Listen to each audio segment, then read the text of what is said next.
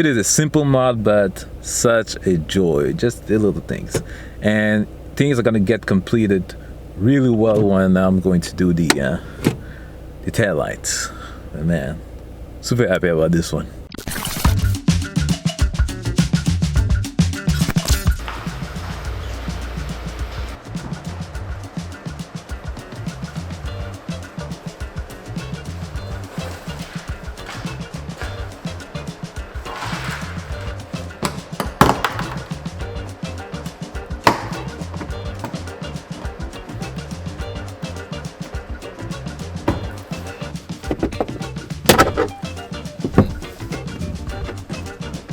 This one is already out.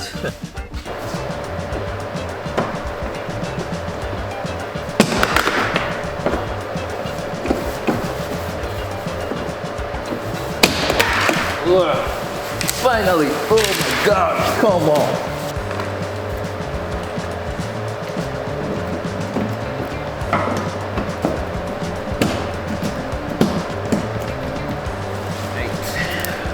Updates on the install. I have everything linked, but now the issue is the wiring here. We've got the tools here, ready to go.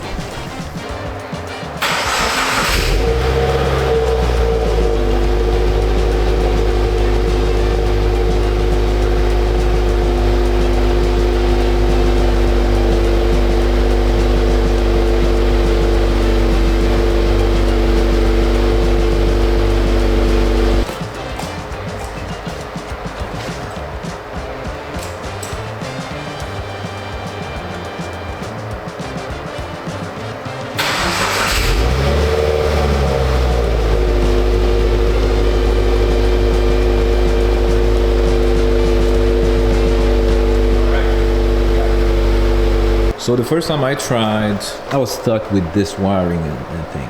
And then when it finally worked, it was reversed. Basically, when I was turning on the lights like this, it was the inside that was still solid and the outside was not working. So I switched it around and now it's working properly. With the flashing light when you brake, that's exactly what I want. And yeah, installation complete. Took me a while. It wasn't that hard, to be honest. It's just that I didn't know what I was doing. But yeah, now time to put all those things back in there.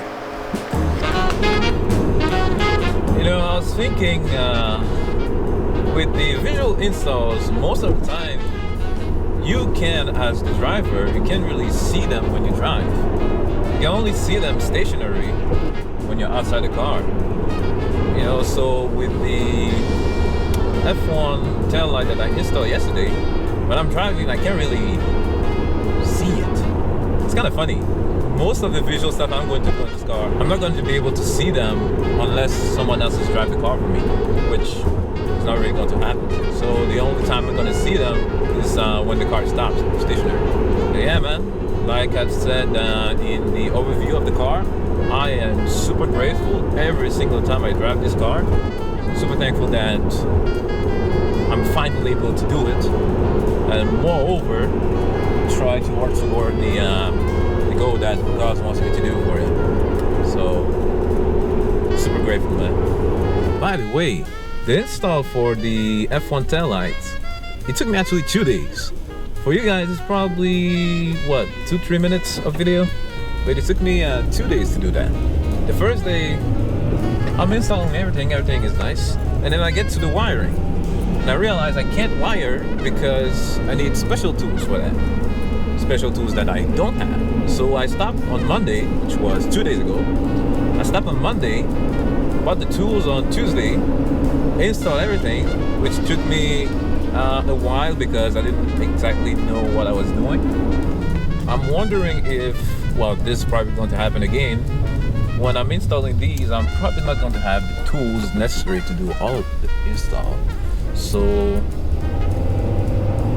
not only I'll have to pay for whatever I need to install or want to install, but I need to buy tools as well, which I really wasn't expecting. I don't know why I wasn't expecting this kind of logic, but yeah, man. This install, though, to be honest, this install wasn't too hard, but the next one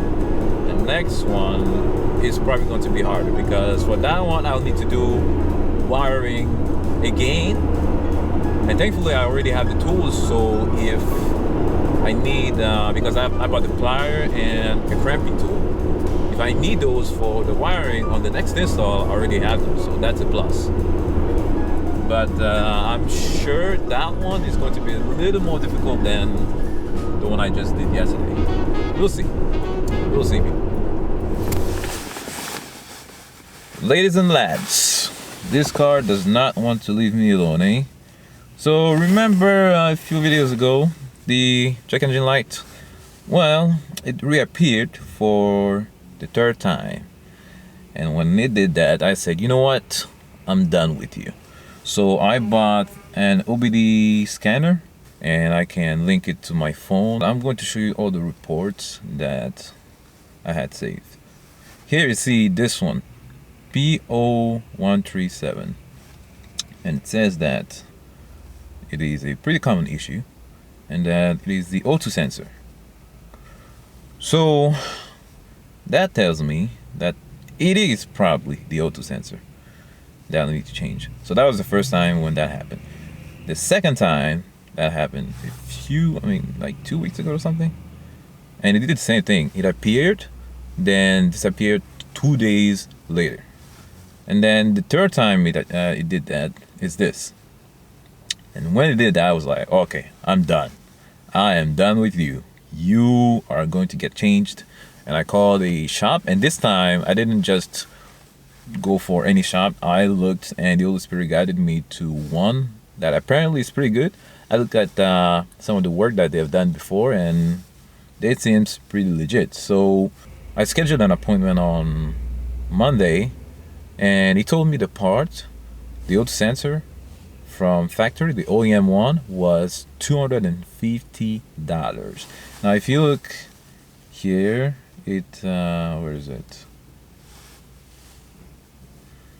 If you look on Amazon, it's like 80 or something. But he told me these are the pretty cheap ones, and I don't want to deal with that anymore. So we are going to spend the money. We are going to spend the money. The labor is probably going to be like $70 or something. So we're looking at $310 maybe, which I'm completely fine spending money on. That is currently the only little issue with this car, which is, in the grand scheme of things, is not really that big of a deal. That's what we're gonna do on Monday, and yeah.